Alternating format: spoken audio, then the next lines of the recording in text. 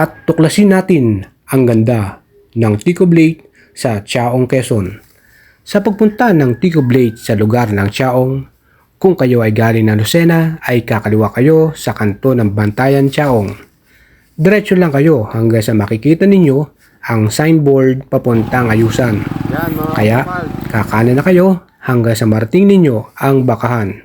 Sa dulo ng Bakahan, makikita naman ninyo ang kanto ng Tico Blade na paahon.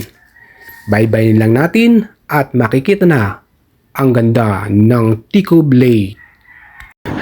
Sobrang taas mga kabokal. Hindi kinaya. Kaya lalakarin na lang natin. Oh.